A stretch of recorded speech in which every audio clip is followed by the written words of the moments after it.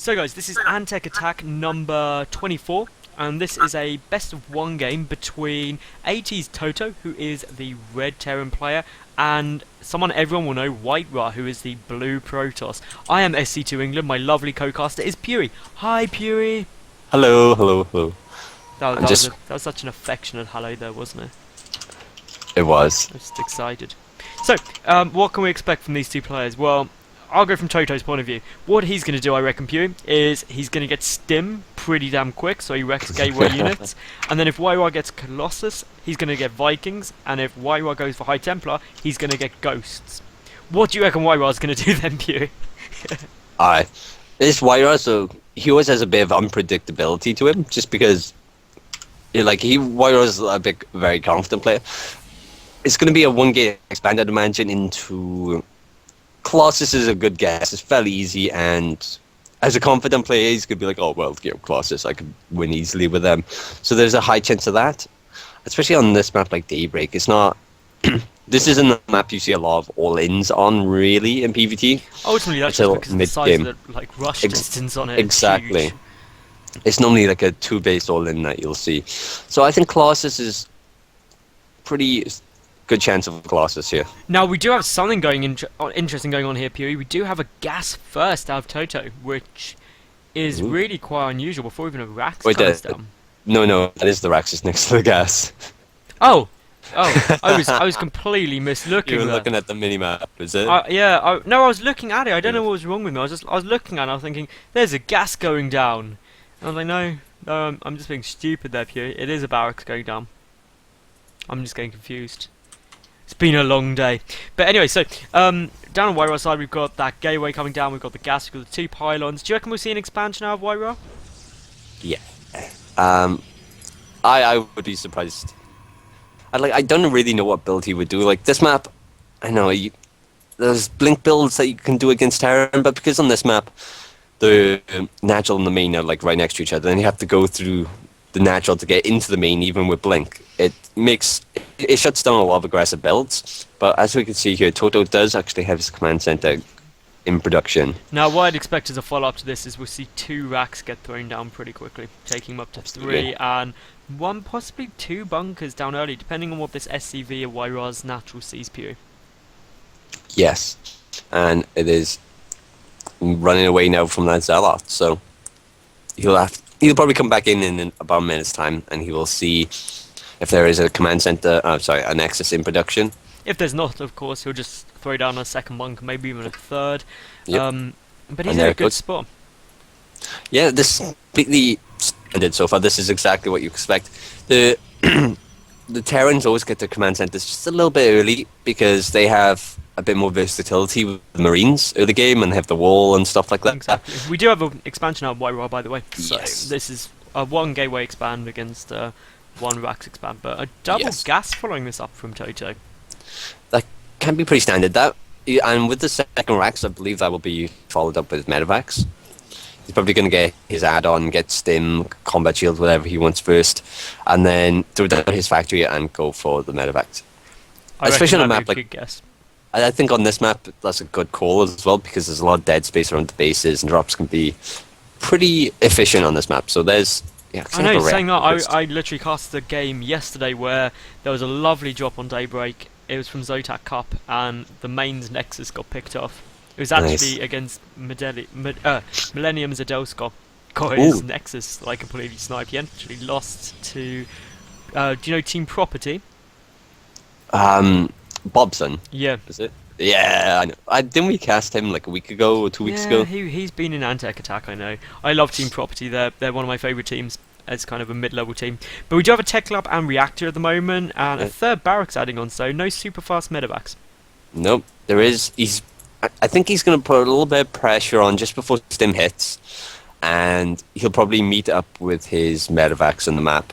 Because normally, in PvT, there's a very, in my opinion, the early game is a solid, way it progresses. It goes early game, Terran's a bit scared because, Zealots and Stalkers are more powerful than Marines. Then you get a few bio, Marines Marauders with the concussive shell, and then the Protoss is scared because if you hit anything with the Marauder, obviously it pretty much dies because it's slowed. And then it goes to Protoss because they have force fields and sentries and guardian shields, and you can't really get to them. And then it goes to Terran's favor, in my opinion, just before they get stim, and then once they get stim, because obviously they can catch up with you. And then it goes like upgrades into the Protoss's favor, and then medevacs come out. And in my opinion, twos and throws. But I mean, the one thing I think always is worth noting, Puri, is that you don't tend to see many all-ins in TVP, just because both players have a steady output of units. Whereas I think all-ins, in my opinion, are more common in mirror matches or in Zerg matchups, just because it lends itself to, there's areas where, especially the way Zerg production occurs, you see mass production quickly, whereas with Protoss and Terran it's a steady trickle. So that is very true. But the medevacs are on their way out. Well, the starport and reactor is on its way. We've got the actual combat shield and stim coming down, so that's quite interesting. And WhiteRa just lost his observer. Ooh, because there's a missile turret at the natural. I only just happened to see it, so that's a bit of an unfortunate drop there. More gateways are coming down here for WhiteRa. That'll take him up to 6 gate robo. 6. Which is that pretty much a 2-base all-in? That is, it's 2-base all-in until he decides to expand. I know that sounds a bit like, well, obviously, but he's pretty much just hitting his maximum production capabilities off 2-base at the moment. But it's not all-in until he's just like. I think the question is, can he expand at a reasonable time if he mass produces out that? So yeah, he's also getting a Templar archive though. This is a bit weird. Getting the robotic facility and then switching to Templar. That's actually pretty standard. It's just like the robo is so important because you just want the observers. Observers so good. Observers are so good. So we do have a move out from Toto here, Puri, and he's also expanding behind this real cornerstone of StarCraft strategy. There we are. And we have a drop, and I wonder if he'll send the Marines to the front of... Nope, he's keeping the Marines in his base, going straight for a drop, but there is a pylon at... Can you see it? Mm-hmm. Like, just to the right of WhiteRa's main, and he actually he's keeping Zealots in his main as opposed to Stalkers. Well, to be fair, that just means anything that drops out of those medevacs is going to die, and of course, WhiteRa... He's seen the pylon with his drop, but he's moving too fast. He just went straight past it, and he's done a drop, but nope. It's not going to go down. The factory is going to burn to death. The third being taken here by WhiteRa as well. So this is all pretty standard. Now I do like the Totos taking out the central rocks. I think that's a good choice. Jeez, I know. I think that can be. It can be good. It can be bad. It's one of those things you normally just like. You're just like, ooh. You can open a can of worms sometimes by taking to the same extent though, I think it's a good move for the Terran player in a TVP, because ultimately the Protoss player, they've got the option to warp in remotely from a pylon, whereas the resupply for Terran has to walk the entire way. Got one HT with enough energy for Storm. Storm is 10 seconds away. Nice force fields there. And WhiteRa is keeping an eye on the double drop medevac with his observer. And there's still... Oh, is he going to get the feedbacks? Those are insta-kills. No, they're not, actually. That's the way. They were very close. Very close. Oh, yeah.